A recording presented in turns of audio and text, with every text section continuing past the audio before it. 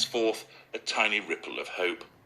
After picking up the award, the couple answered questions from Kerry, "My skirt's too short and I've been on the juice," Kennedy, president of the RFKHR, on stage. It then talks about what Harry's wife wore. I've dealt with that elsewhere.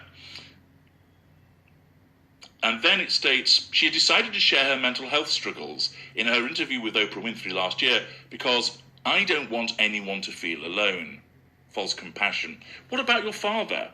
I suspect he's feeling rather alone, seeing as you've disengaged from him the last couple of years.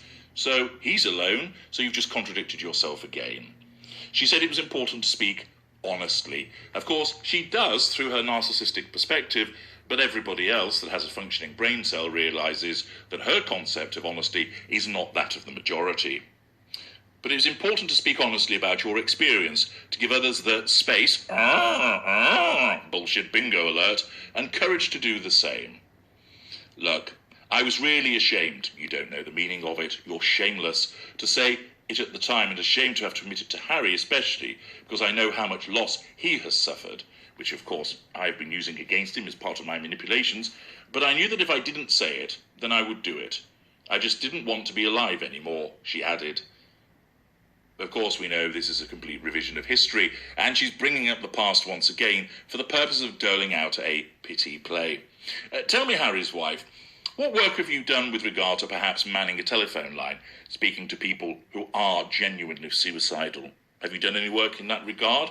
What about donations, so that there are more people to man those telephone lines? Have you done anything with regard to suicide prevention? How about looking at it with regard to men who are at far greater risk of suicide than women, but regularly you don't care about men, other than the fact if you get down on your knees and offer the ability to suck a golf ball through 40 feet of hose pipe, the only thing that you care about when it comes to men is to how you can utilise them to climb the greasy pole.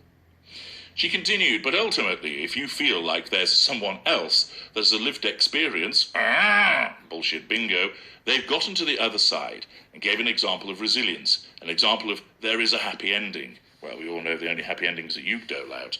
I think that's what most people are probably seeking out in those moments. What a happy ending as a consequence of the gentleman who hosted Deal or No Deal saying that your CV stated that you were a stripper and masseuse.